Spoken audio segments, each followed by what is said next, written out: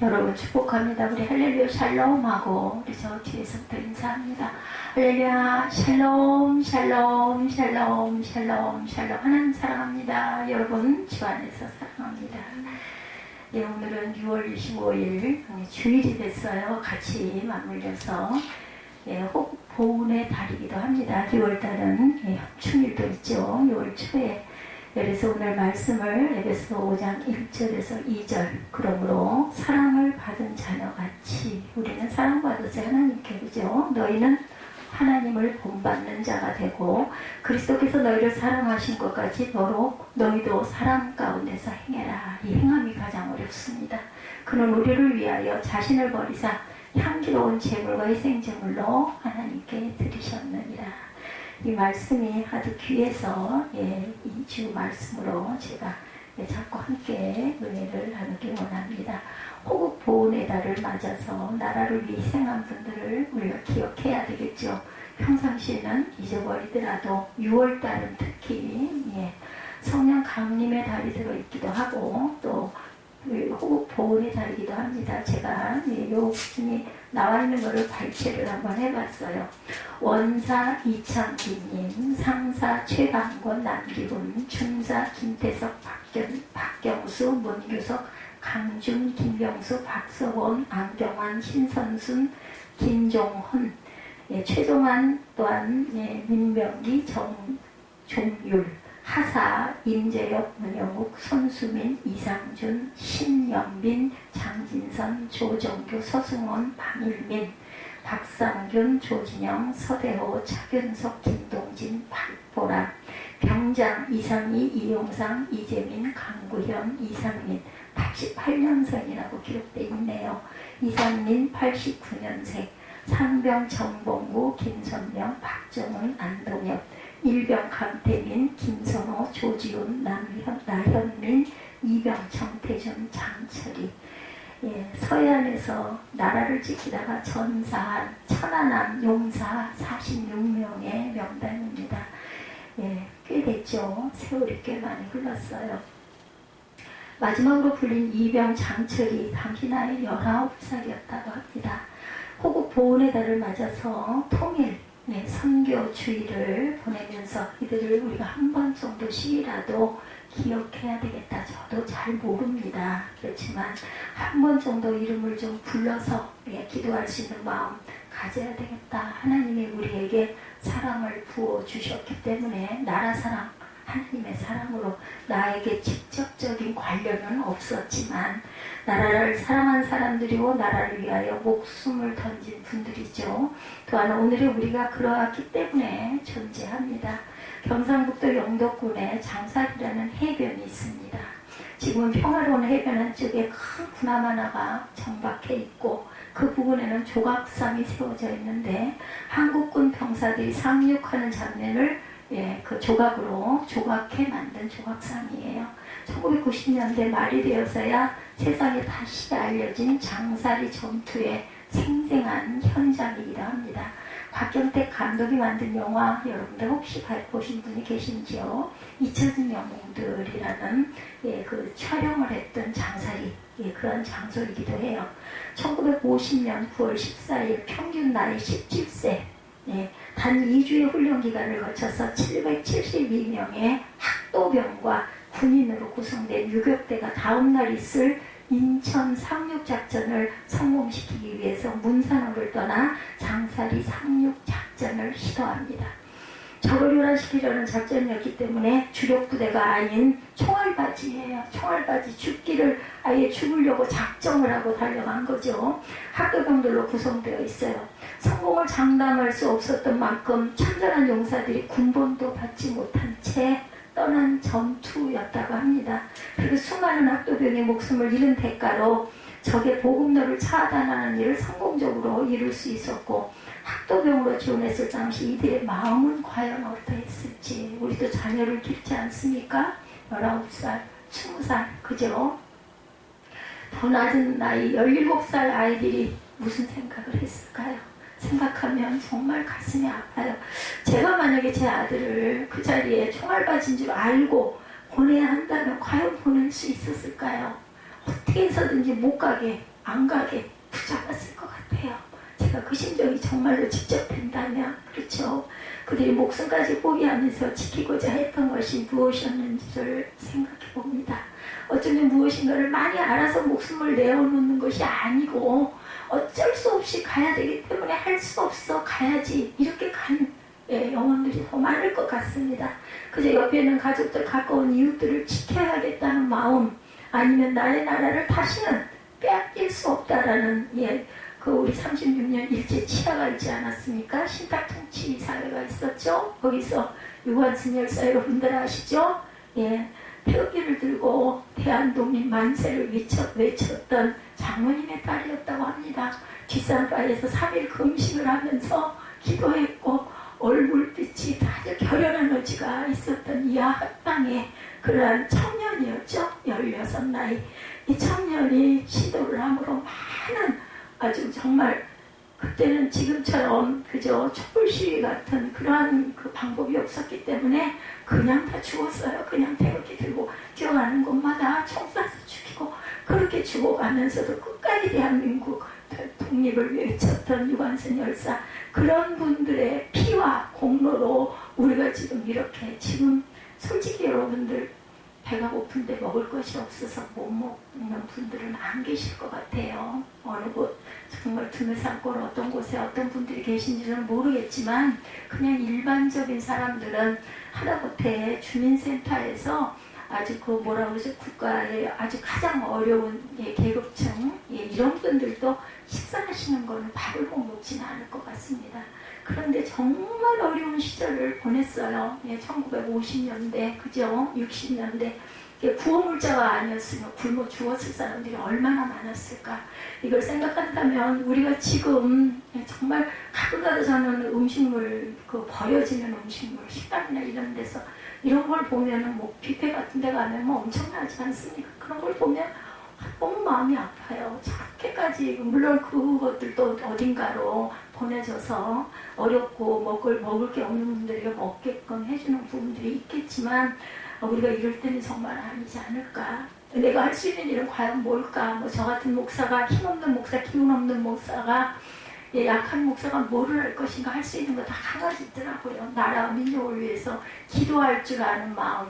그거를 갖는 거는 얼마든지 할 수 있잖아요. 무시로 아무 때나 기도할 수도 있고 우리가 예배 때마다 간절하게 눈물을 흘리면서 기도할 수도 있기 때문에 열심히 통일을 위해서 기도해야 되겠다. 어느 날인가 이런 마음이 들었는데 보니 그 어느 그 교회 한 군데에서는 24시간 기도를 계속한다고 합니다. 24시간 동안 기도를 계속해서 그 몇 명이 기도를 해가지고 몇 시간이 지나면 그 다음 바톤을 이어받아가지고 또 계속 기도하고 무엇을 위해서? 통일을 위해서, 남북 통일을 위해서. 여러분들 기도하실 때 아버지 정해주신 때에 통일시켜 주시옵소서 이렇게 기도하지 마시고 속히 통일되게 해 주옵소서 이렇게 기도하셨으면 좋겠어요. 하나님도 우리 마음을 아시면 그죠? 하나님의 때와 우리의 때는 다르지만 조금 더 일찍 이제 통일을 이루어주시진 않을까. 어느 날 소망이 생겨서 제가 돌아가기 전에 저 백두산 천지 걸어서 가고 싶고 기도하고 싶고 보고 싶습니다. 북한에 십자가가 세워지게 해주옵소서 그렇게 기도하고 있더라니까요. 그게 뭐 그렇게 빨리 되겠어? 알 수 없죠. 하나님의 뜻이 어디에 있는지 우리는 모르고 우리는 다만 우리의 몫은 아니지만 열심히 빨리 속히 통일되게 해주셔서 백두산 천지 보게 해주세요. 우리 그렇게 기도해 보십시다.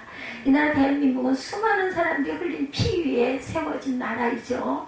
학도병들 같은 이들이 공산주의 세력과 맞서 자유 대한민국을 지켜냈어요. 아까 말씀드린 대로 17살, 19살 우리 아들, 딸 이런 그 더 어린 이런 아이들이 나가가지고 나라를 지켜서 총알바지가 돼서 죽으면서 아까 제가 46명의 그 명단을 제가 쭉 이름도 그죠 여러 번 읽어보질 않아가지고 낯설기도 한 이런 이름들을 제가 46명 천안함 용사들 이분들이 6.25의 동란에 참전한 사람들은 아니지만 세계 각국의 군인들이 구경 한번 하지 못한 낯선 땅을 위해 생명을 내어주며 지켜준 나라 유엔에서 얼마나 많은 그 청년들이 이 땅에 와가지고 또한 피 흘려 돌아갔습니까? 그렇죠?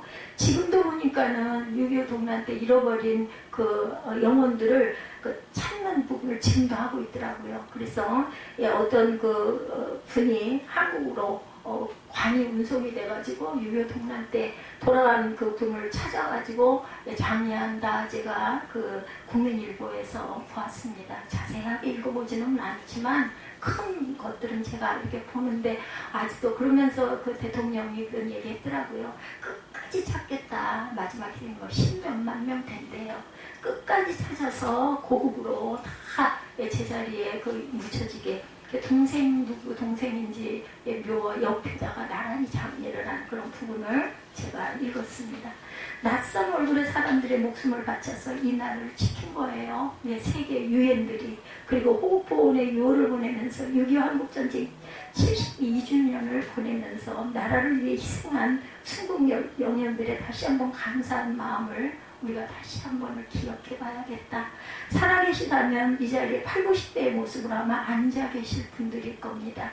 나라를 위한 그분들의 희생이 오늘의 밑거름이 되었다라는 거. 우리가 이렇게 잘 살게 되고 잘 먹게 되고 잘 믿게 되고 놀라운 거는요. 눈에 확 보이는 부분이 하나 있더라고요. 자동차들이 옛날 자동차 같은 그러한 종류들이 아니에요. 그냥 기본이 8, 9천, 7, 8천 그죠?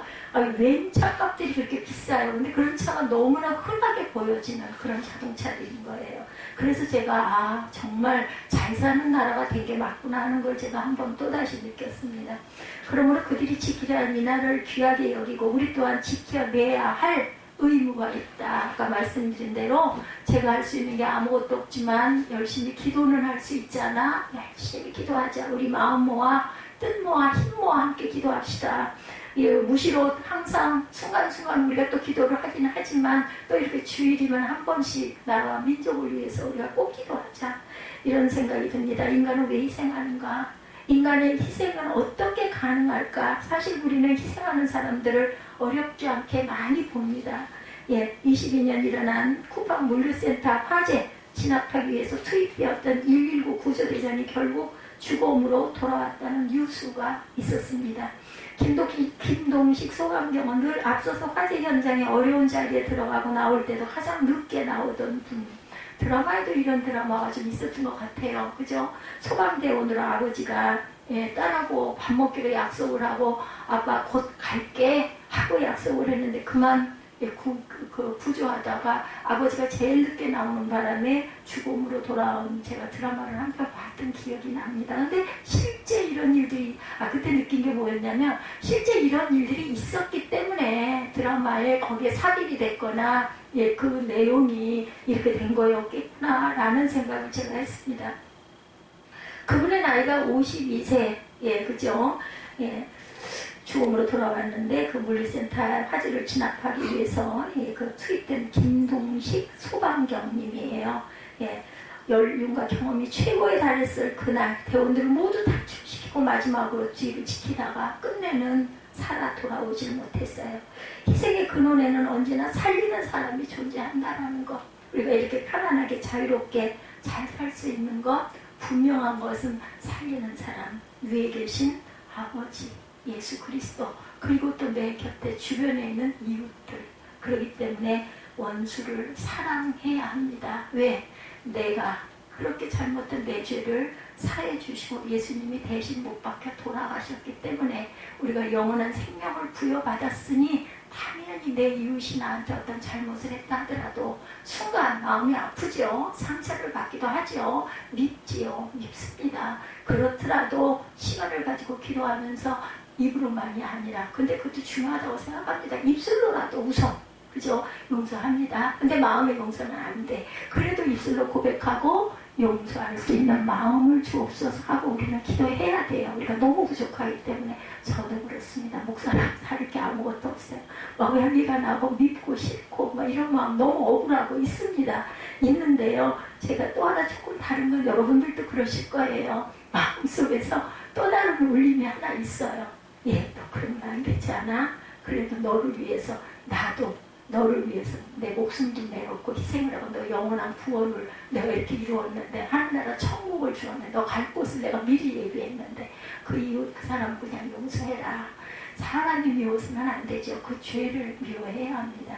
그래서 그가 깨달아 알고 회개하도록 그분한테 맡겨야겠죠. 그럼 우리 몫은 아니에요. 하나님이 하실 일이고 그 다음에는 본인이 깨달아서 돌이키게 해야 됩니다. 다만 나는 용서의 마음 그 계속 반복하니까 되더라고요. 저도 안 됐던 일들이 있었어요. 그리고 또 지금도 그래요. 너무 믿고 도대체 내가 뭘 잘못했는데 왜 내가 이렇게 쾌락을 받아야 돼. 이런 마음, 억울한 마음이 많이 있어요. 그랬다가도 마음에서 성령께서 너 그러면 안 돼. 너 기름 부음 받은 자잖아. 더더군다나 우리 모두는 왕같은 제사장들이 다 똑같습니다. 저나 여러분이나 같죠. 그렇다면 인간은 왜 희생을 할까? 인간이 스스로를 위해서만 살지 않고 다른 사람을 위해서 목숨을 내어놓을 수 있다는 사실은 포착할 수 없는 파악이 불가능한 신비. 그 신비를 우리는 알고 깨닫고 행하고 가야 한다. 행함이 굉장히 중요합니다. 오늘 귀한 분 한 분이 저희 교회 이 작은 교회에 말씀을 함께 은혜를 나누려고 오셨어요. 그래서 제가 평소보다 찬양을 좀 많이 줄였습니다.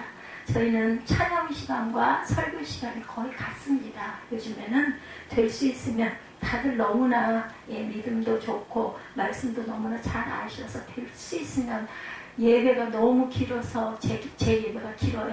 너무 길어서 힘들어 생각이 나지 않도록 해야 되겠다. 단 찬양을 줄일 수는 없다. 제가 찬양과 경배는 저희가 설교를 할 땐 제가 혼자 설교하잖아요. 근데 찬양과 경배는 여러분이 다 같이 주님께 올리는 예배예요. 들으시는 분도 물론 예배 시간에 설교를 들으시는 분도 예배를 드리는 것이긴 하지만 함께 참여해서 목소리를 내가지고 입술로 고백할 수 있는 기도가 바로 저는 찬양이라고 생각합니다. 그래서 찬양과 경배는 정말 거룩한 찬양과 경배가 돼야 되기 때문에 꼭 30분을 뭐 누가 시켜서도 아니고 어디서 뭐 어떻게 해서라고도 아니고 항상 찬양과 경배를 드립니다. 네.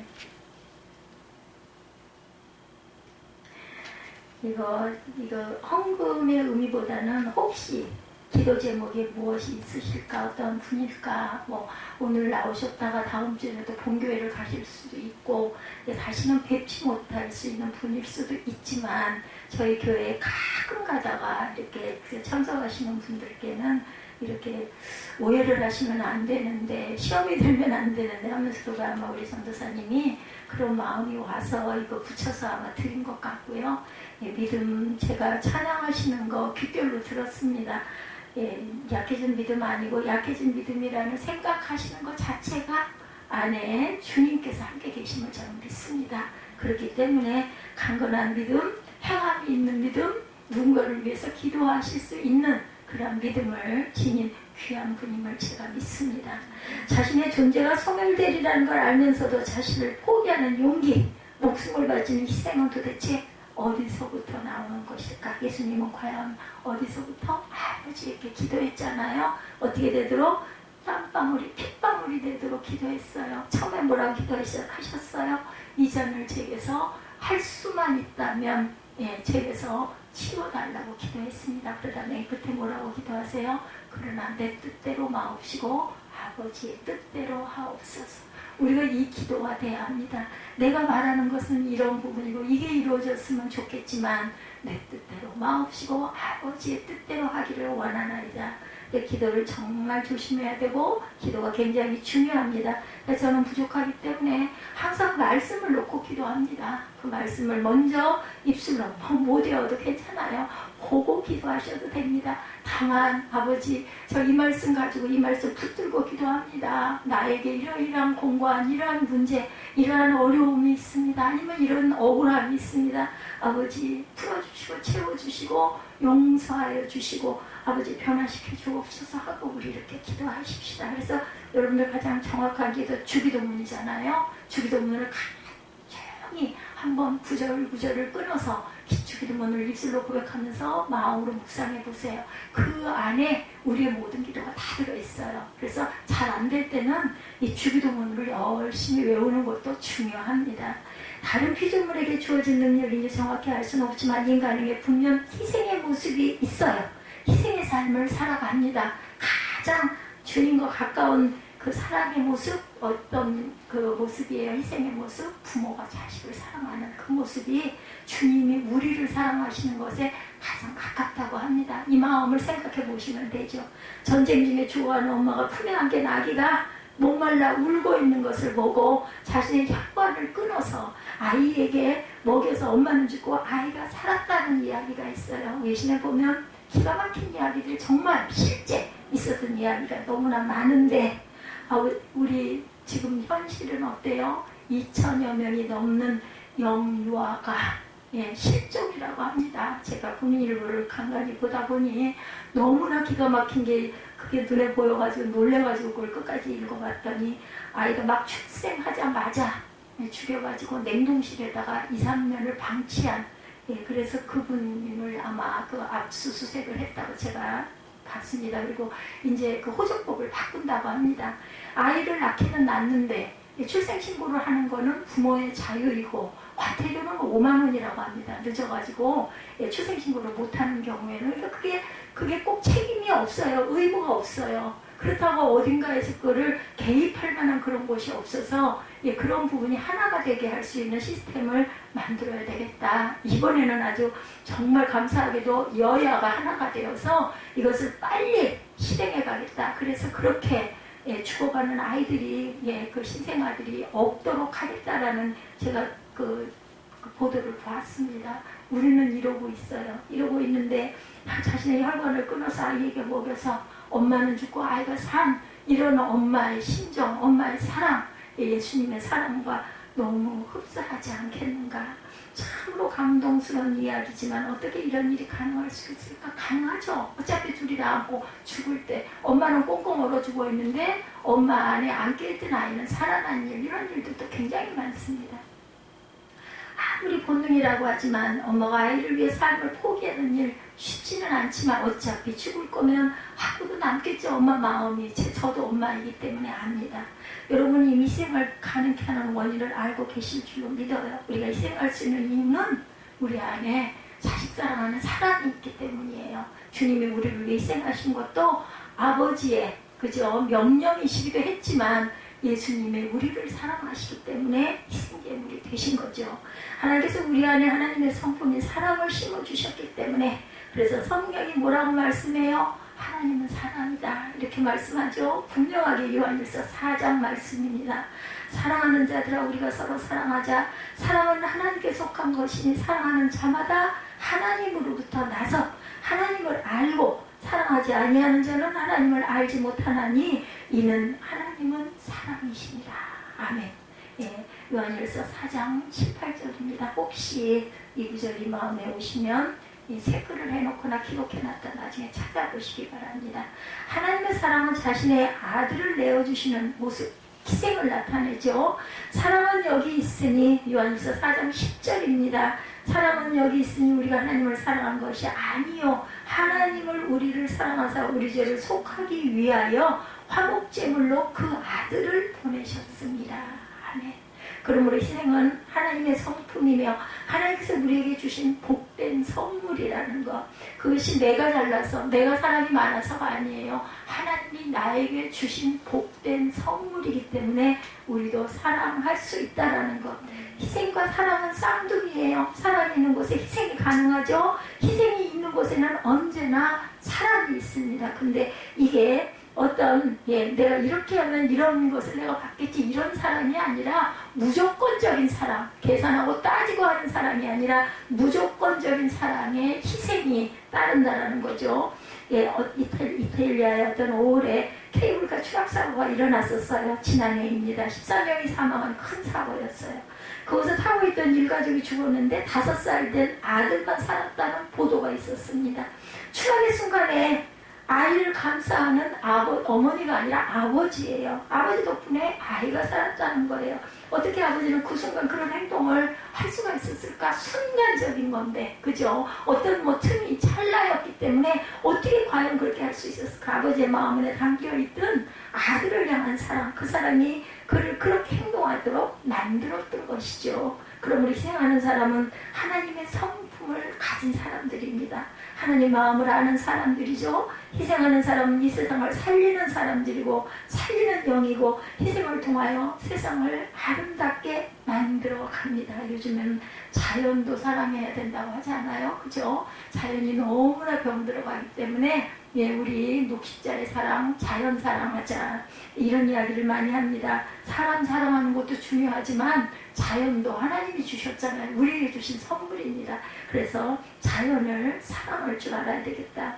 나아가서 희생하는 사람은 살리는 사람이라는 것, 희생은 사람으로부터 시작되어 나타나고 자신을 내어줌으로 다른 이를 살려낸다라는 것. 그래서 희생의 결과에는 언제나 살림이 있습니다. 은혜를 입은 그러한 이가 있고 살아난 사람이 있고 생명력을 얻게 된 조직이나 공동체가 존재합니다. 그것이 교회 공동체이죠.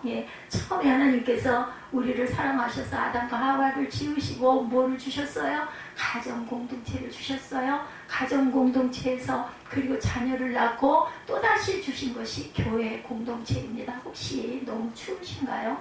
조금 올려드릴까요? 괜찮으신가요? 저는 여기다가 지금 선풍기까지 틀어놓고 위에 불 때문에 있는데 긴팔을 안 입으셨을 때는 조금 그러실 수 있으니 그럴 때는 신경을 뒤에서 좀 써주시기 바랍니다.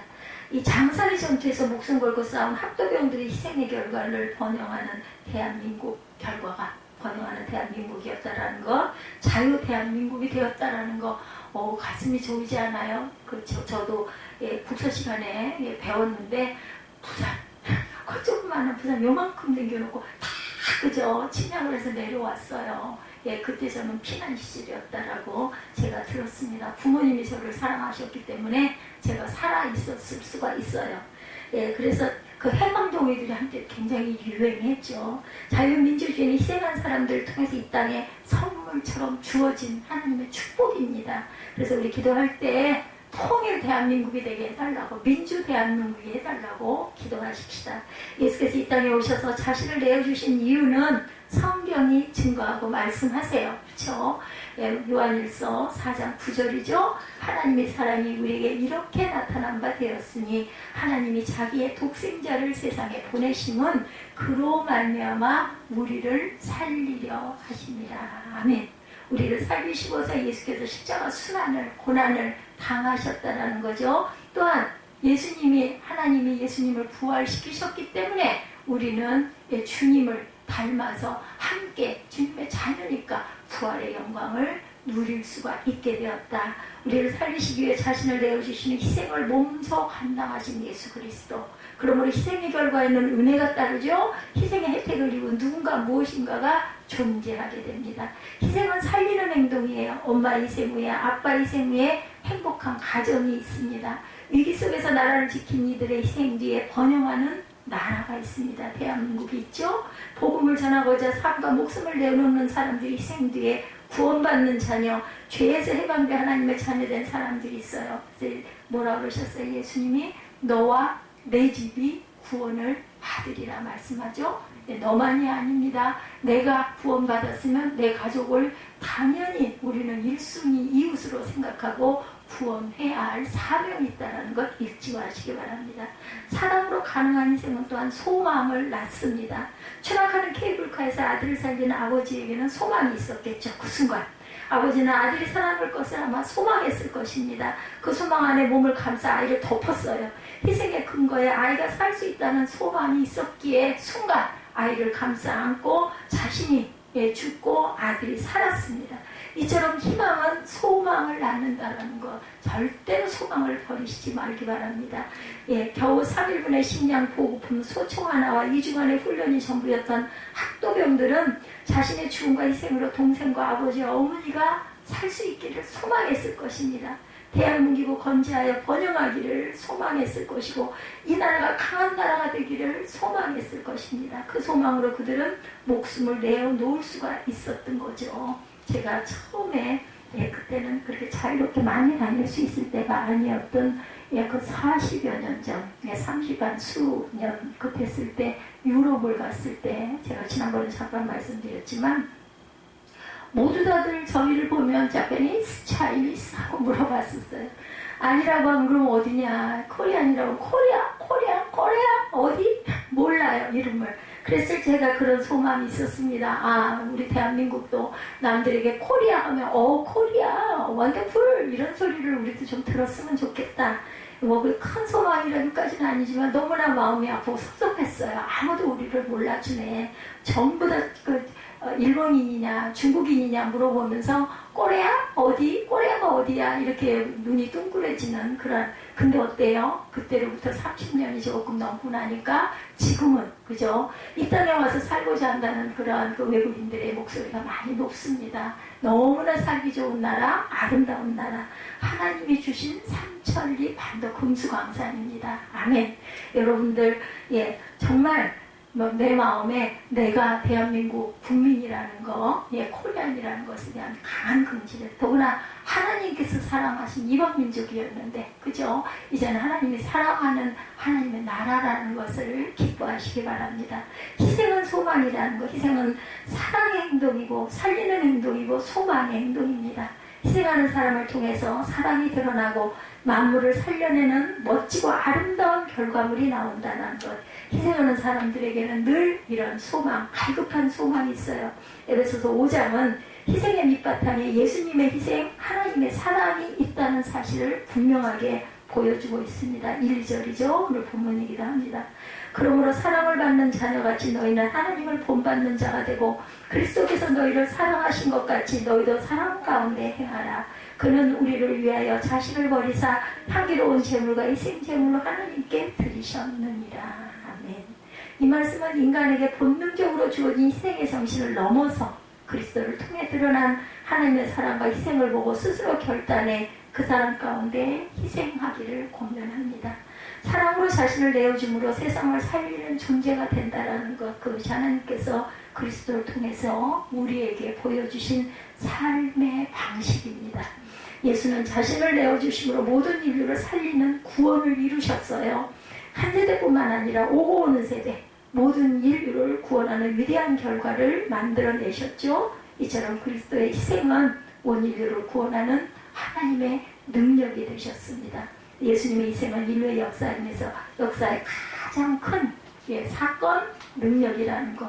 하나님이시기 때문에 하나님의 아들이 이 땅에 오셔서 가장 수치스러운 십자가에서 죽임을 당하신 사건이 일어나죠. 그분의 희생을 온 인류는 구원을 얻는 아주 기가 막힌 멋진 기적의 결과가 이루어집니다. 학돌병들의 희생은 작게 낙동강을 사이에 두고 치열하게 이어지던 전투의 상황을 반전시킨 계기이자 인천 상륙작전을 성공하게 한 도구가 됐어요. 그러나 크게는 2023년 대한민국이라는 저와 여러분이 이렇게 자유롭게 살 수 있는 위대한 나라를 만드는 기초가 되었다라는 것. 여러분들 마스크 안 쓰시니까 얼마나 편하세요? 저는 정말 마스크 때문에 힘들었습니다. 안경을 꼭 끼워야 되는 사람이다 보니까 마스크를 쓰면은 막 김이 서려가지고 정말 불편했어요. 그런데 목사였기 때문에 특혜를 받아가지고 마스크를 안 끼고 설교를 늘 했습니다. 저는 이렇게. 그리고 저희들 성도들이 많지 않다 보니까 거리 두기도 됐고, 그렇다고 해서 특별히 막 인원을 줄일 필요도 없었고, 저 엄청 감사했어요. 얼마나 감사했는지 모릅니다.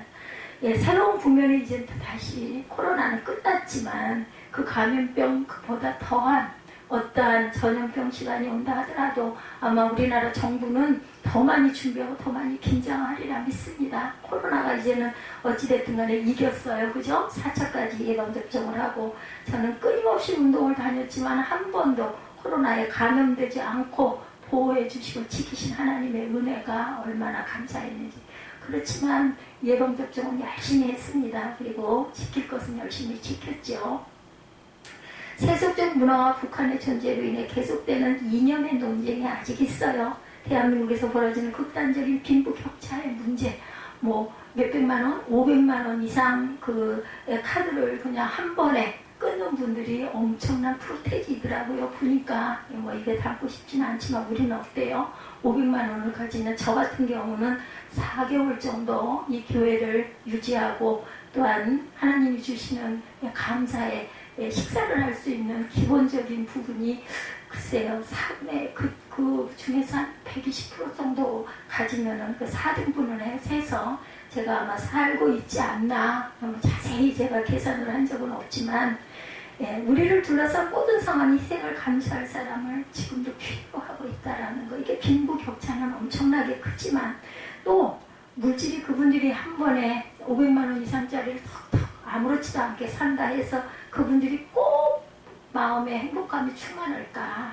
저는 가진 게 없어도 몸이 불편함에도 불구하고 너무너무 감사합니다. 하루가 어떻게 가는지 모르게 갈 정도로 잠도 한두 시간 자고 바짝 깨가지고 새벽 내내 깨어있어도 그게 막 불면증으로 고통스럽거나 아프지도 않아요. 그러니 얼마나 감사합니까? 하나님께서 많은 걸 하라고, 그죠? 몸을 움직여서 많이 뛰어다니면서 할 수는 없지만, 저는 설교 준비도 많이 기대고 누워서 합니다. 건강에 불편함이 많기 때문에. 그럴지라도 아직은 눈을 볼 수 있고 손을 움직일 수 있고 아직은 그래도 걸을 수 있는 다리를 아직 지탱하게 해주신 하나님의 은혜. 누군가 그러더라고요. 제가 이 시대, 의학이 이렇게 발달된 시대에 살지 않았으면 아마도 못 살았을 거라면서 맞다고. 지금도 마찬가지라고, 기적이라고. 제가 항상 그래서 더운 인생을 살고 있기 때문에 너무나 감사하고 열심히 예배하고, 예배하는 것도 여러분들을 위한 게 아니라 먼저 제가 설교를 통해서 은혜 받아서 변화 받아가지고 천국 문지기라도 하라고. 저를 사랑하셔서 어린 날 꼬마 때 교회 사랑했던 그 마음 하나를 보시고 여기까지 인도하신 하나님 은혜가 너무 감사하다고 제가 늘 그렇게 말씀을 드립니다. 주위 분들이 저를 보고 그 내용을 알고 나서는 와, 이거 어떻게 그렇게 하고 어떻게 사냐고 그런 얘기를 하시는 분들에게 제가 이렇게 얘기를 해요. 왜냐하면 하나님의 은혜이기 때문에 사실입니다. 그리고 우리 교회에서는 많은 걸 느끼죠. 하나님이 항상 살아서 역사하신다라는 거. 가진 것이 많다고 해서 행복한 거 절대 아닙니다. 여러분들 아시기 때문에. 누군가 멋진 미래를 꿈꾸고 그렇다고 저를 또 굶기신 적도 한 번도 없어요. 아무도 돈을 벌어다 주는 사람은 없지만 늘 먹을 수 있게 알려주시고 꼭 필요는 채워주십니다. 이 나라의 희망을 얻게 될 것, 그 사람이 꼭 필요하다라는 거. 목숨을 아끼지 않고 내놓았던 순국 선열들처럼 나라와 민족을 위해 헌신하고 희생하는 사람들이 아직도 필요한 이 땅이라는 거. 기도하는 기도의 용사도 필요합니다. 그렇죠? 아유, 바쁜 세상에 무슨 기도를 언제 어떻게 해. 마음으로 기도하셔도 돼요. 분쟁들을 잡았을 때 아니면 내가 좋아하는 방송이나 음악을 들을 때 그때도 마음으로는 나라의 통일을 위해서 아니면 내 가족의 구원을 위해서 얼마든지 기도하실 수 있거든요. 하나님의 나라, 복음 그리고 교회를 위해 자신을 내어놓을 사람이 필요합니다. 그들이 꿈꾸는 미래가 소망이 돼서 마침내 이 땅이 다시 살아날 그날을 우리 바라보십시다. 누군가 그 얘기 하더라고요. 소망을 잃는 것보다 더 큰 절망은 뭐라고요? 포기라고 합니다. 포기하지 마십시다. 십자가에서 희생당하신 주님은 오늘도 모든 일을 위로하시고 희생의 삶을 권면하십니다. 오늘 나오신 우리 원대연 집사님이신가요? 네, 우리 집사님 위해서 여러분들 기도하실 때 성함이 상당히 특이하시네요. 원시성을 가지셨어요. 원대연 집사님이세요. 이분 믿음 강건해서 하나님이 열심히 하고 살아가고 주님으로 인하여 기뻐하는 평강의 삶이 되도록 해달라고 여러분들 저도 기도하겠지만 기도해 주십시오. 그렇다면 자신을 내어놓으신 예수를 따라 스스로를 내어놓는 삶은 과연 어떤 삶일까? 이렇게 기도하는 삶이 우리를 내어놓는 삶입니다. 제가 여쭤봤던 것처럼 희생의 삶이란 어떤 삶일까? 순교, 순국, 순직 이해할 수도 있겠지만 이러한 모습으로 나라와 민족 복음을 위해 희생할 수도 있겠지만 항상 그렇지만은 않다라는 것. 에베소서 말씀이 이어집니다. 5장 15절에서 17절입니다. 그런지 너희가 어떻게 행할지는 우리 기도 제목이기도 했죠. 2022년도에 자세히 주의하여 지혜 없는 자같이 하지 말고 오직 지혜 있는 자같이 하여 세월을 아껴라. 때가 악하니라. 그러므로 어리석은 자가 되지 말고 오직 주의 뜻이 무엇인가 이해하라. 저는 여기 이 부분에서 굉장히 큰 은혜를 받았어요. 그래서 커다랗게 써붙였습니다. 주의 뜻이 무엇인가 이해하라. 이 이해하라가 얼마나 크게 왔는지 원어적으로 또 어떻게 해석이 되는지는 모르겠지만 주의 뜻이 무엇인지 우리가 이해를 하면 그죠? 끝나요. 어떤 문제 그렇죠. 이해가 안 돼. 그럼 계속 생각하게 되지 않아요. 넘어가진 않죠. 이해가 되면 내가 아무리 많은 희생이 된다 하더라도, 내가 많은 불이익을 감당한다 하더라도 이해가 되면 그걸 끝납니다. 아, 그래서 그랬구나. 이거 중요합니다. 하나님께서 성경을 통해 너희가 있는 삶의 자리에서 무엇을 해야 할지 지혜롭게 판단하라고 공부하십니다. 어리석은 자가 되지 말고 주의 뜻이 무엇인지를 판별하라. 이 세상에서 어떻게 자신을 내어놓으며 희생할 수 있을지 지혜롭게 판단하고 이해해라. 이어서 남편과 아내, 자녀와 부모, 종과 상전을 향한 권면이 그 이후에 이루어지죠. 예수 그리스도를 따르는 희생은 저 멀리 어떤 위대한 곳에 있는 게 아니고 우리의 일상, 삶의 자리에 있다는 사실을 성경이 말씀합니다. 남편과 아내, 자녀와 부모, 종과 상전의 관계 속에서 희생을 감당할 수 있을 때 희망이 열리고 소망이 열리고 살리는 역사가 일어난다. 아까 제가 말씀드렸죠. 김동식 소방관 참으로 귀한 일꾼이었어요. 27년 동안 소방관으로서의 역할을 감당해냈다고 합니다. 그랬는데 그만 며칠 전 있었던 화재의 장소에서 그만 목숨을 내어 놓았지만 한 번만에 그에게 희생을 요구하진 아마 않았을 거예요. 끊임없이 희생하는 사람이었을 겁니다. 27년 동안 화재를 진압하고 늘 먼저 들어가고 가장 마지막에 나왔을 거예요. 이와 같은 끊임없는 희생의 과정을 통해 며칠 전 화재 현장에서 진정한 희생을 하게 된 거죠. 우리의 삶도 마찬가지입니다. 언제 수국할 것인가? 언제 순교할 것인가? 나의 목숨을 내어놓을 때는 과연 언제인가?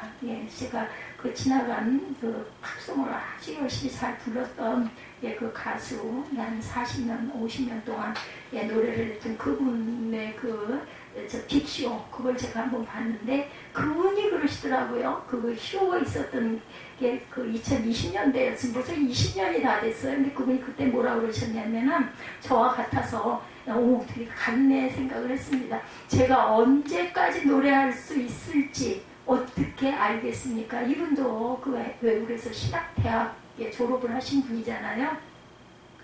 그거 알 수 없습니다. 이게 마지막일 수도 있습니다 하면서 자신의 그동안 번역했던 곡들 내가 훔쳐서 팝송에다가 가사를 내 나름대로 내 멋대로 붙여서 이렇게 불렀다 그러면서 이 자리에서 제가 죄송하다는 말씀. 근데 그 시대에는 1960년 70년대에는 다들 외국곡을 그렇게 해서 불렀다는 거죠. 저만이 아니라. 제가 그래서 지나간 그 역사 노래를 들으면서 이분도 50대였는데 지금 70대이지만 그때는 50대가 20년 전이니까 내가 언제까지나 노래할 수 있을지 그거는 아무도, 내가 언제까지나 여러분들 앞에서 이렇게 설교할 수 있을지 그것도 저도 모릅니다. 가장 궁금한 부분이에요. 하나님만 아시죠. 희생하기를 기다리는 게 아니라 매일매일 주어진 삶 속에서 희생을 반복하고 희생을 연습하고 실행해 나가는 일만이 하나님께서 원하시는 희생이라는 것. 자신의 삶도 채우지 못하고 떠나는 이들은 또한 어떻게 되는 것일까? 왜 그렇게 희생의 삶만 살다가 행복하지 못한 채로 죽어가야 할까? 안타깝죠. 질문에 답하기 위해서 한 가지 사실을 기억해 봅니다. 십자가에서 자신을 내어주신 예수님의 희생을 믿는 이들과 그 제자들을 향해 보여주신 삶의 모범, 희생의 교본, 모든 이들에게 주신 하나님의 위로이기도 했다라는 것. 이 세상에는 자신을 내어주고 세상을 살리고 떠난 이들이 굉장히 많아요. 꽃다운 나의 젊음과 청춘을 제대로 즐기지 못한 채로 쓰러져간 많은 아까 초두에 말씀드린 학도병들, 2010년 서해안에서 북한군과 대치 중에 세상을 떠난 천안함의 46명 군인들, 그렇죠? 지하철에서 술에 취해 선로에서 떨어진 이를 구하다가 자신은 희생된 의인도 또한 있습니다. 흔적도 발견되지 못한 채 숨진 국가 유공자들이 그렇게 많다고 제가 말씀드렸죠. 10여만 구가 아직도 어디에 있는지를 알 수가 없고 찾고 있다라고 제가 그 발표를 보면서 와 진짜 많다. 그러니 그렇게 기록되지도 않은 희생된 분들은 또한 얼마나 많겠습니까? 그렇다면 누가 이들을 위로할 수 있겠는가? 이렇게 희생된 사람들을 누가 그들의 억울함을 풀어줄 수가 있겠는가? 우리 주 예수 그리스도께서 십자가의 자리, 고통의 자리, 부끄러움의 자리, 절망의 자리까지 내려가셔서 그들과 함께 하세요.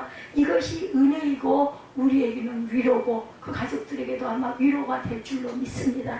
하나님의 부르심을 따라 예수 그리스도의 초청을 받아 희생의 자리로 나아간 사람들에게 십자가는 위로이며 은혜라는 것, 십자가가 있기 때문에 우리는 오늘을 기쁨으로 저 같은 사람도 죽음이 두렵지 않고 나를 하나님께서 쉬게 해주시겠지, 이런 믿음, 이런 평강, 이걸 가질 수 있다는, 이게 바로 뭐냐면 여러분, 땅에서 우리가 하늘나라의 천국을 사는 경험을 하는 거예요. 이 자리에 들어가는 것은 대단해서 들어가는 게 아니라 믿는 믿음 하나면 됩니다. 주님을 믿는 마음, 주님을 사랑하는 마음, 이웃을 사랑하는 마음의 실천입니다. 그 자리까지 내려오셔서 주님은 그들과 함께 십자가를 지어주셨고 자신을 내어서 생을 마감하는 모든 영혼을 위로해 주신다라는 것. 그리스도의 십자가는 자발적으로 희생하는 사람들 뿐만 아니라 억지로 희생을 당한 사람들에게도 위로라는 것. 배반당하고 모함당하고 벌거벗겨지고 수치를 당하고 살해된 희생양 예수님은 33세의 젊은 나이에 생을 마치셨어요. 예수님은 그와 같은 인생길을 가는 이들, 죽임을 당하고 살해당하는 이들과 함께 하시고 항상 위로해 주시는 예수 그리스도. 우리는 예수 그리스도께서 보여주신 모범을 따라 자기 희생의 십자가를 지고 누구를 따라? 주님을 따라 갑니다. 그리고 그 발 앞에 우리의 짐보따리를 내려놨을 때 내가 너를 쉬게 하리라 말씀하셨다라는 것. 여러분들 천안함 사건이 있은 지 이제 2022년, 2023년이죠. 예, 이 1, 2년이 지난 김해나 양희 군사 보안학교 제복을 입고 기념식에 참석했다는 뉴스가 있어요. 김해나 양 군사 그 안보학교의 딸인데 제복을 입고 기념식에 참석을 했더랍니다. 당시 중사였던 김태석 원사의 첫째딸로 아버지가 돌아가실 때 8살이었던 그가 아버지를 따라 군인이 되겠다라고 나섰답니다. 아버지의 희생을 보면서도 나라를 지키는 일에 나선 모습을 보면서 우리는 이 나라의 희망을 봅니다. 젊은이인데 이거를 엄마가 강제했겠어요? 본인이 가겠다고. 요즘 누가 자녀가 부모가 하란다고 데가 안 하거든요. 정말 얼마나 마음이 뿌듯하고 자랑스럽겠는가. 아름다운 열매예요. 대한민국은 이런 이들로 인해 그리고 이 나라를 사랑하고 지키시는 하나님으로 인해 위대한 나라 복을 나누어 주는 민족이 될 것을 확신합니다. 이 확신을 가지고 우리 함께 결단 찬양하시고 기도하시고 축도로 제가 예배를 마치도록 하겠습니다.